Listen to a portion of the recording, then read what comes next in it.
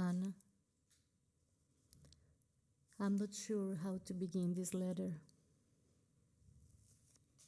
I choose Title Woman because this is a simple but mysterious work. There is very little information available about it. Sometimes I wonder if it's really you in the pictures. Anna, the first time that I did Title Woman, thoughts of kidnapping, torture, and reclusion came to me. In the kneeling position, I thought of Dilma Rousseff, former president of Brazil, who had been impeached 2 years earlier amidst frightening misogynistic aggression. She had also been arrested and tortured during the Brazilian military dictatorship in 1970s. There is a picture of her that is emblematic.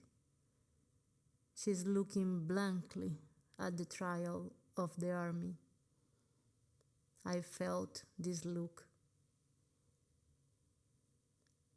Anna, I thought that no one would come.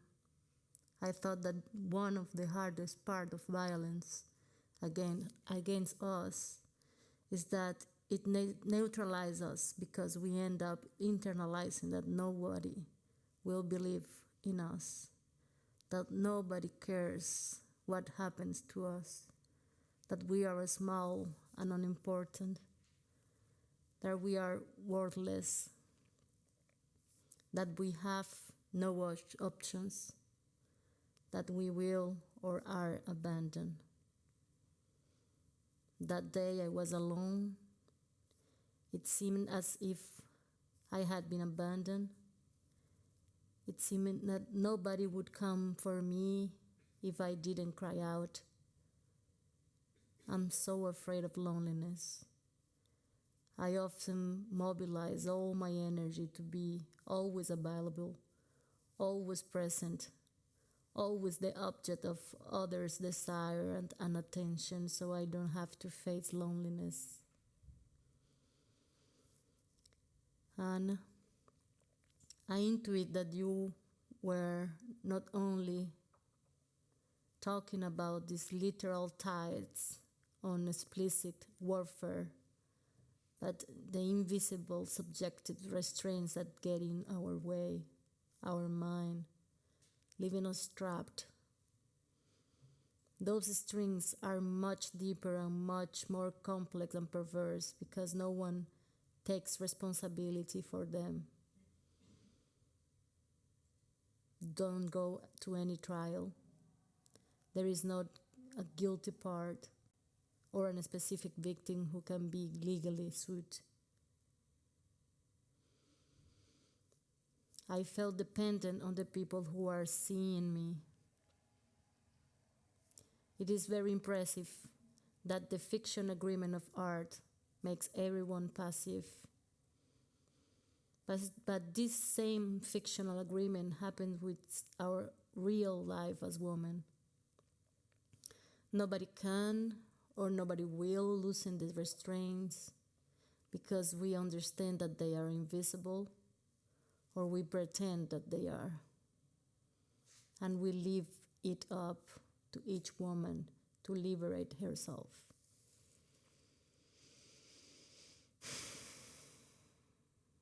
Anna, I imagine you as an independent, strong, and enlightened woman, aware of how things work and what should be denounced, but deep down, full of questions about how to defuse the time bomb of living with high levels of renunciation, suffering, exposure, and self-denial.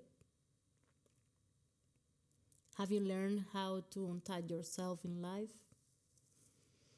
Am I learning to untie myself and especially stop enjoying being seen in this circumstance? Are we really individually capable of losing these ropes?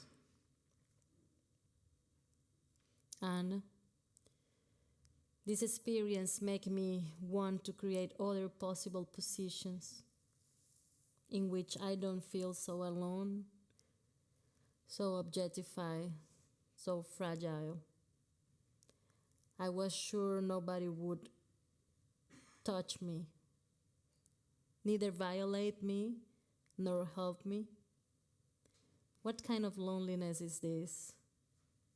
Is this what patriarchal system has left us? Deep loneliness in which we are all witnesses, but invisibly imprisoned. Who did you ask for help? How did you break free? Or did you die tied up? Warmly, November 2019.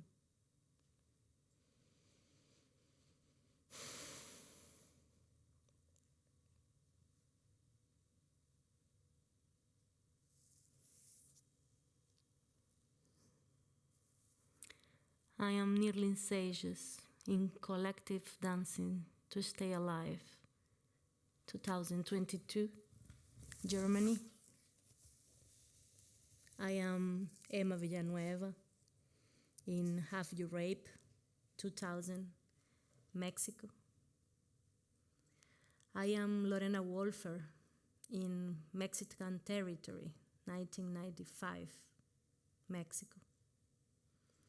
I am Maria Veria Marmolejo in Menstruation Ritual, 1981, Colombia. I am Ana Mendieta in Tied Up Woman, 1973, USA. I am Dilma Rousseff in The Trial, 1970s, Brazil.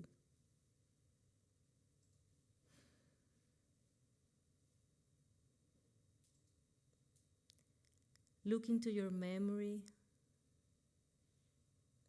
and see if you can find other images like this or similar feelings.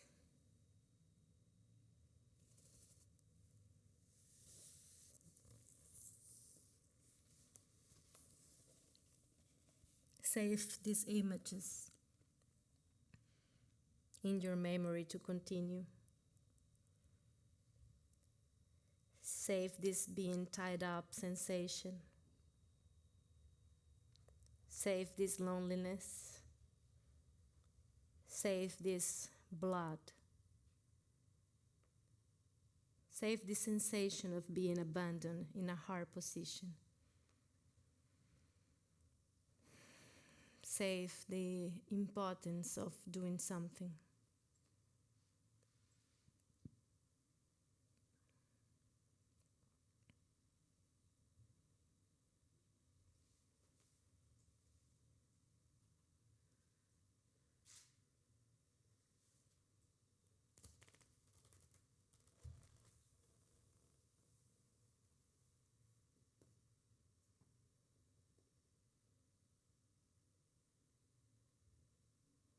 Can anyone come and untie me?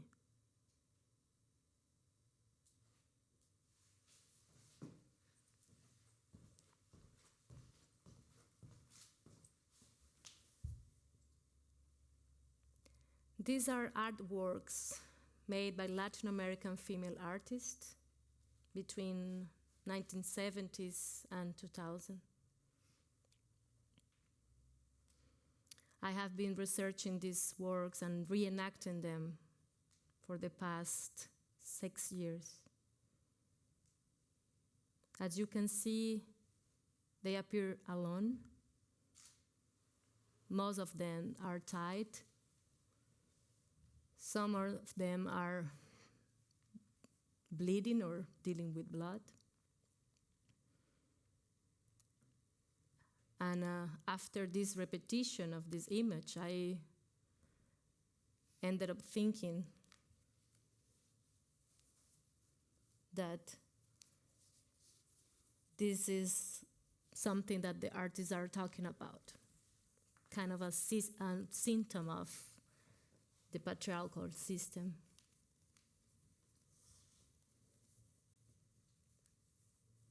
A systematic loneliness, something that appeared in, thank you,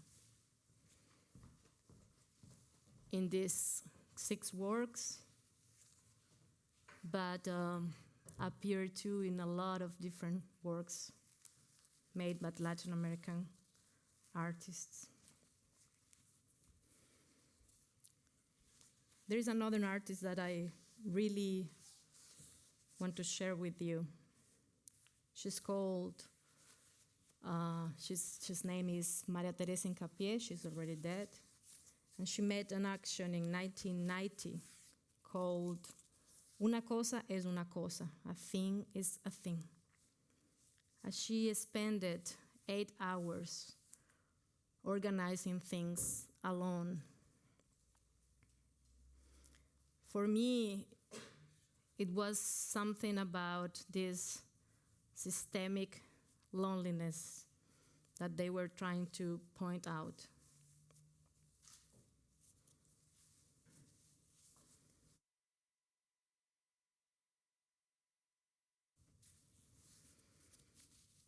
Annika, could you read for us the letter, please? Dear Maria Teresa, this organization of the objects was like a sacrificial work of which I did not know the objective. And because of the nature of the objects, feminine, domestic, intimate objects, it also seemed like the sexual, gendered, racialized division of labor. Because I'm a woman with lighter skin, I approached the idea of a confined woman locked in the organization of things at home inside a closed space, a madhouse, a psychiatric center, an asylum, a home, isolated. Like the goddess Psyche, who had to perform extremely repetitive, time-consuming, and exhausting tasks that require extreme care in order to receive divine help. If a woman with darker skin would make the action, the image would inevitably lead us to the idea of the servile care, often slaves, that women have with the objects and properties of others. I believe that whoever is on the outside does not become uncomfortable with this, but from the inside, these thoughts are not at all comfortable.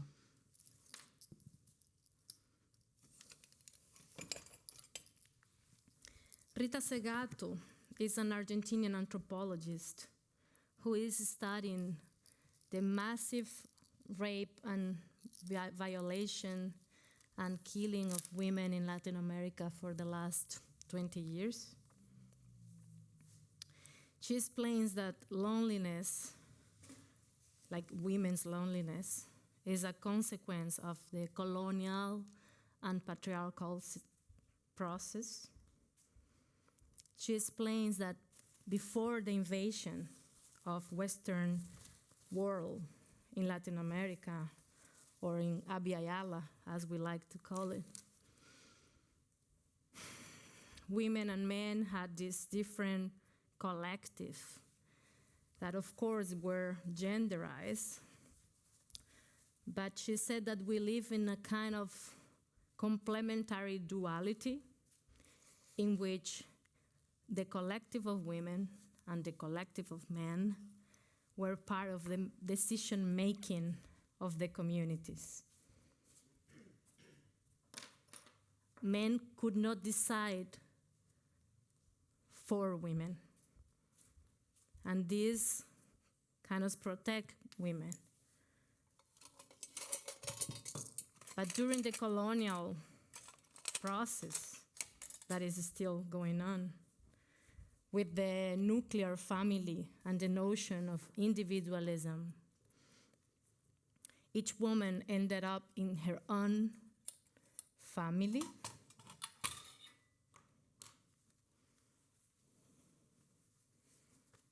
taking care of her own kids and husband,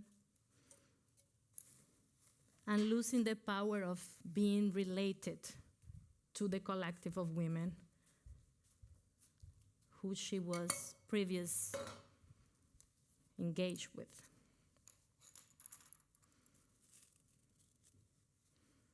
So what is important is that coloniality needed to break women's gathering so they could break the resistance.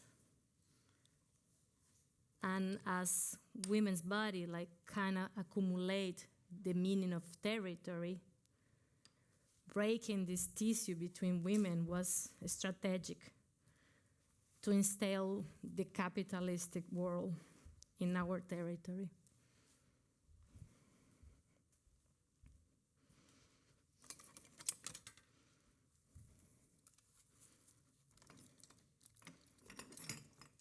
I've been thinking that this is connected too with what Silvia Federici is saying about Europe and the witch hunting. She is saying that the extermination of women and the extermination of collectiveness between women was strategic to build this new world that is now dominant.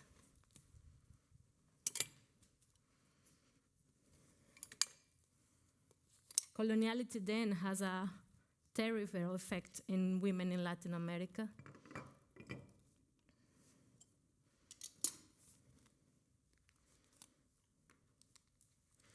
And because of the whitewashing of our people,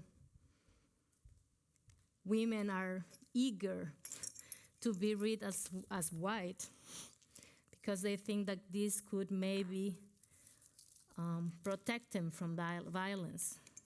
Because the more poor and the more non-white you are, the more available to violence you are.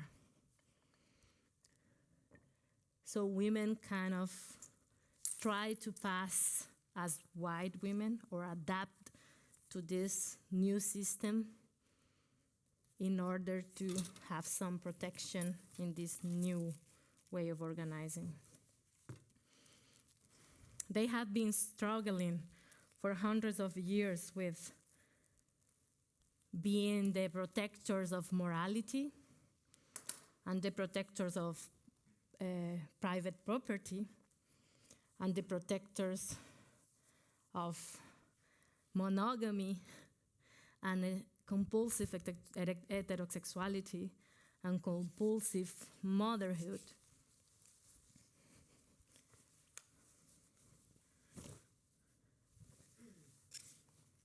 So we can, in fact, belong to this new world that coloniality gave us. This white women role of being the protector of the sexist, racist, and classist system. I see traces of this in the work of Lia Robato, Doña Claudia.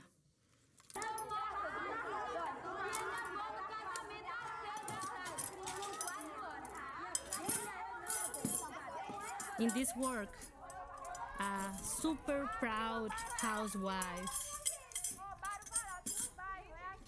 is afraid of any other women. She is proud of being confined to her home.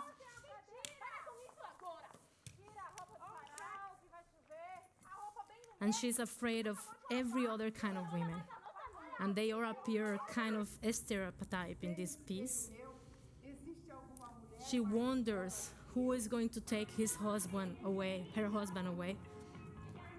If it's going to be a younger woman, if it's going to be a prostitute or an intellectual, or even a feminist, or if it's going to be a nun, perhaps. She's so afraid of this woman because she doesn't really have friends, female friends. She only knows this reality of being a good mother, a good housewife, in order to be lifted out of poverty and be tried to survive in this new moment. And she doesn't really remember what she wants or what is the thing that she desired when she was young. So she's alone. And we made this reenactment in 2019 in Salvador de Bahia, in Brazil. And it was very funny because we end up understanding that little thing changed. Just Marian Virgin. That is something that in this play was very important, and we consider that that's not anymore that important. You know, like no one else cares about your virginity. But the rest of the things are quite the same, depending on your class and your social scale. And I want to do a parenthesis here. In the end, she sleeps or dies because she cannot handle when all these women come into her house to confront her. And this is Casa Rosada, the place we did this reenactment. And I want to do like a little parenthesis here because this place was assaulted 3 days ago. It's the feminist place where I work in Salvador. And one of our peers who lived there was assaulted, not sexually, but she was assaulted and she was tied up for the night. And we lose all the equipments, the projectors, the computers, and everything that we have, and some money from the bar and everything. So now we are with a little crowdfunding to try to put things together again. So if anyone can and want to help, it's just tell me after this performance. So we can try to build something together from this shit that just happened. The next work is Vedova in Lumine, in where we can see this role, like this white women, Latin American women, role of protecting the morality, and a lot about this compulsive heterosexuality that we are pushed since childhood. It is called Vedova in Lumine. It was made in 1993 in Peru. Blandine, can you read, please? Dear Mireia, I am happy to tell you what came up in the reactivation of Vedova in Lumini. I entered into a deep reflection on my relationship with my mother, which is not one of the best ones. She's the typical mother who expects something very specific from her daughter, and I am anything but a typical daughter. Then I went into a reflection on my emotional responsibility to the woman I have been sexually involved with. I have very vivid memories of sexual relation at the age of 7, 8, 9 with classmates, which were never welcomed, discussed, understood. An infinite taboo, neither to love, nor to understand, nor to see if the other remembered. It made me think about the compulsive heterosexuality we have been pushed since childhood. But I had to keep digging deeper, and I confronted myself with the different women I've had relations with recently. I realized that I am very bad at emotional responsibility when it comes to women.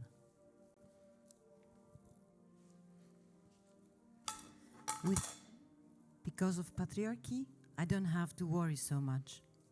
They are raised to keep quiet and don't show emotions. So there's not much to say, not much to get involved in.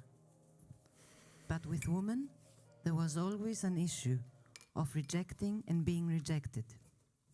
That made me think about how much my lesbianism is a feminist practice or a patriarchal practice. Many ambivalent feelings appeared, and a lot of guilt. Suddenly, I realized that I don't know if I really want to approach women or if I want to leave the role of a man who uses and abandons. I thought about the self-responsibility that is necessary to be part of a strong and healthy collective. I mean, what is the use of belonging to a collective of women if we judge ourselves, torment ourselves, repress ourselves, and watch over ourselves? But how to get rid of the mother, the nanny, the rival, the friend, the aunts?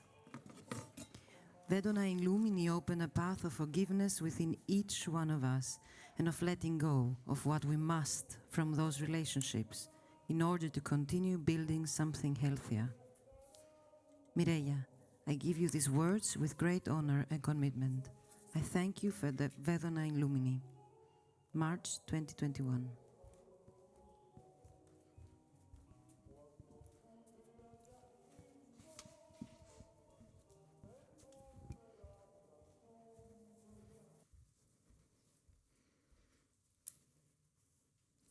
It's just in the next two pieces that I begin to find something about women gathering, something about we trying to understand another way to be related to one another.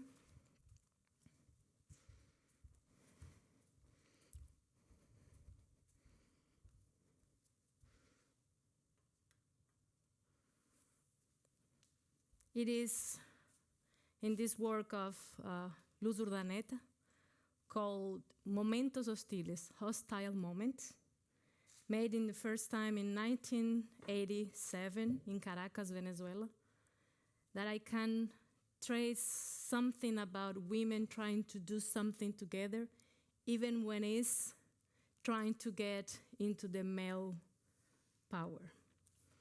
They're kind of like a struggle in this thing. And it made me think a lot about how Black feminists are saying things about sorority and sisterhood, and how they are denouncing that this role of white women or whitewashing women or mestizas women that look like white, it's in the middle of a real gather between women. Like the colonial feminists are trying to say this too, like this white male power built by this westernized world is just destroying what would be a resistance. In this piece, we will see these girls trying to get into the urban cosmopolitan and trying to find their ways, and this is what happens. Carolina, can you read for us?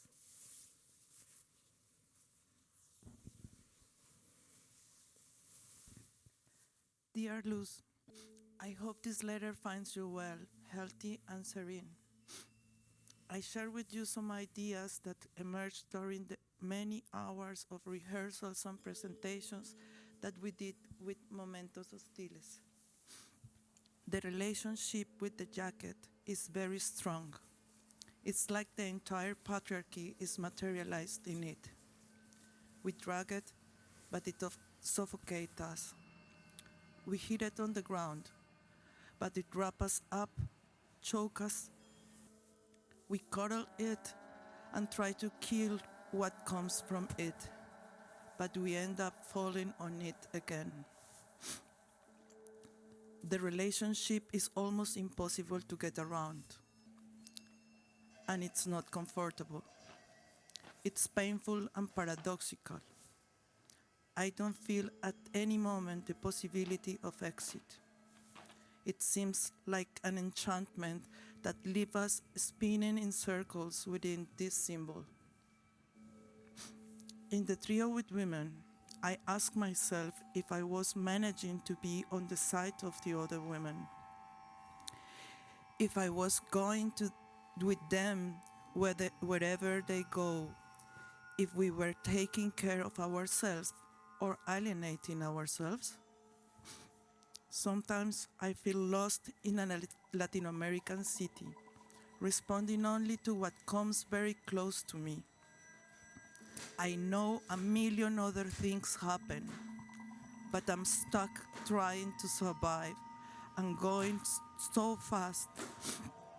I need to respond so quickly and to so many small details that it's impossible to see the other women.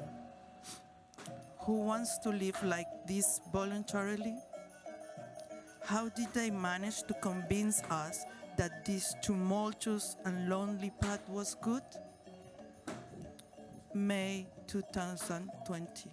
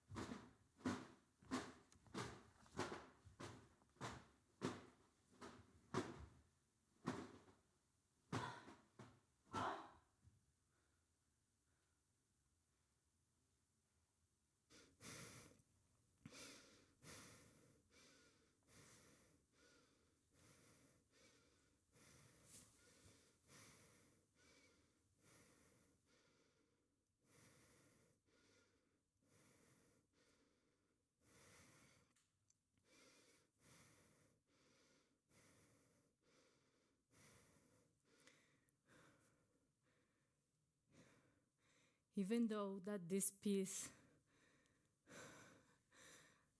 didn't end in total gather of these women, because the end is quite pessimist. I feel at least there are together sometimes, but at the time they don't know if they are together or not.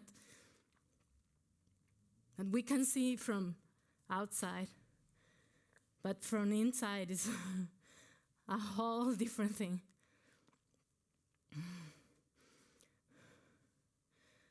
And this is like struggling that we have been doing for the past 500 years of colonization.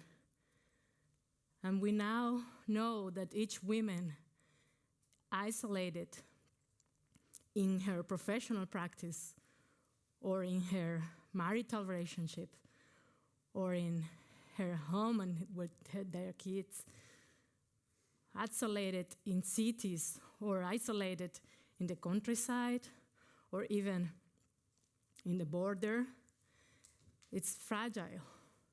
It becomes an easy prey for the most diverse violence.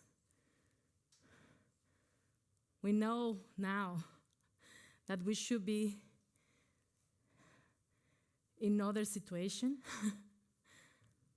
And this, somehow we can see in this last piece,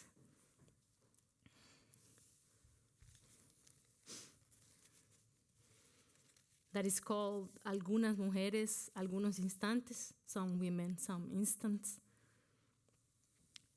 That is from Cecilia Appleton. She made it in 1985 in Mexico, just after an earthquake that destroyed the city. And they quite danced like in different places on the city I'm not sure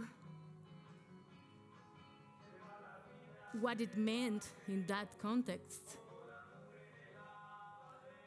But finally, we can find this position of women trying to do something together in one direction.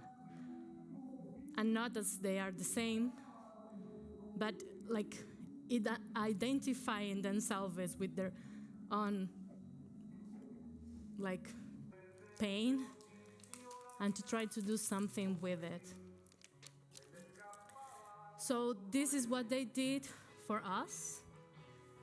They denunciate, they perform, they dance it out, they shout, they repeat and repeat and repeat the same fucking image so we can have any clue about the importance of women gathering. Rita Segato, this Argentinian anthropologist, says that the only way that we can reduce violence against women is to strengthen the women's collective, because we will only recover our political power and political about decision making as a collective is not, and not as individuals. She says that the way to make real impact in this savage capitalism that make our life miserable, it's to gather so we can learn again how to take care of each other and how do like real, like micropolitics revolution of real solidarity, real generosity. And this is beyond the commercial trends and like, let's just gather to make some money. So we can, in fact, practice collectivities that help us heal these wounds that coloniality is still give us, and escape these structures of monogamy and heterosexuality and nuclear family and private property and all this shit. So this means that we should be in quilombos. Quilombos is the word that we use for the places in which people who escape slavery gather to make their lives like and build new rules or rules that apply to them and like beyond the colonial system in Latin America. So yes, this is the clue, being in aquilombamento.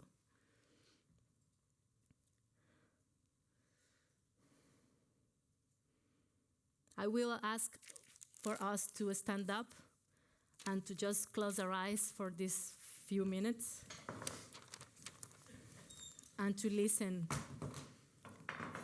and see if this position changed anything for us. All this work of arts and all this feminist intellectual work made me and make us learn that we need to build collectivities that become spaces for well-being and not the spaces for regulation or surveillance, as they usually are. Spaces for stimulation and growth, and not for overwhelming expectations and jealousy and conditionality. Spaces where negative judgment between peers is suspended, where the rhythm is the rhythm of nature and the rhythm of all, where tiredness is possible and accepted, where the heavy load is shared, where everyone understands that the taking care of kids and elders, it is a collective chore and is not only linked to consanguineous relationship.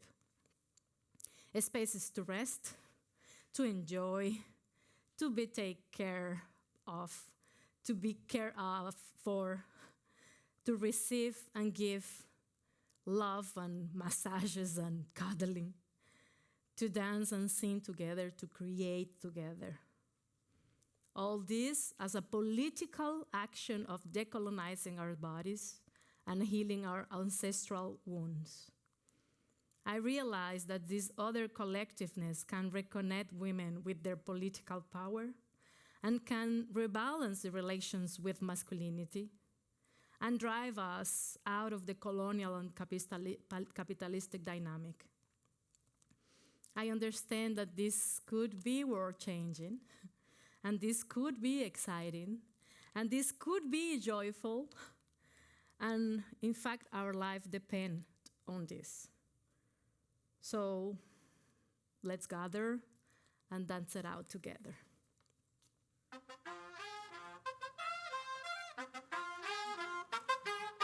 Tú nos dices que debemos sentarnos, pero las ideas solo pueden levantarnos, caminar, recorrer, no rendirse ni retroceder, ver, aprender como esponja, absorbe. Nadie sobre todos, faltan todos, suman todos para todos, todo para nosotros. Soñamos en grande que se caiga el imperio, lo gritamos algo, no queda más remedio. Esto no es utopía, es alegre rebeldía del baile de los que sobran de la danza tuya y mía. Levantarnos para decir ya basta. Ni África ni América Latina se suba. Un barro con casco con lápiz a patear el fiasco. Provocar un social terremoto en este charco.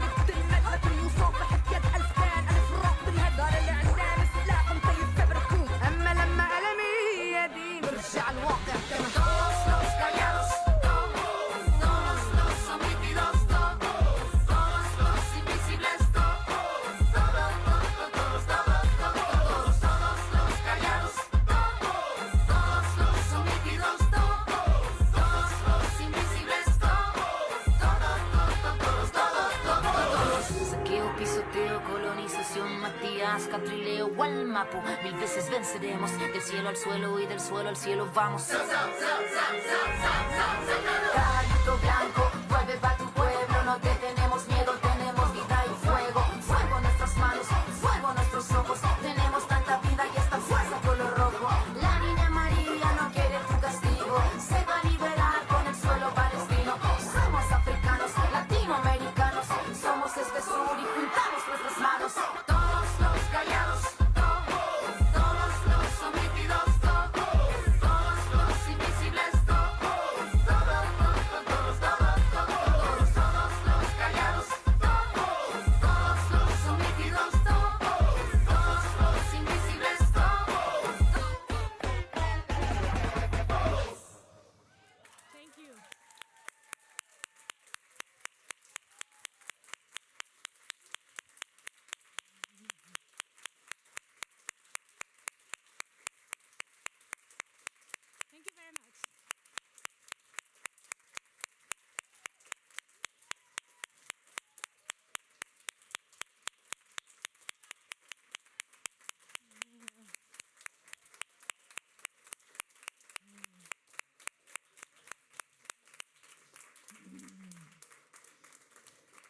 Thank you very much. Thank you to the tech team. They were so sweet and helpful. Thank you.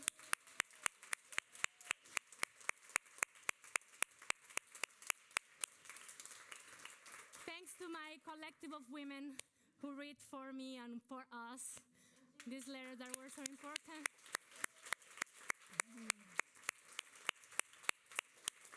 And of course, Kense and Lucia and Anne of this, like, head directors of things in the YCA.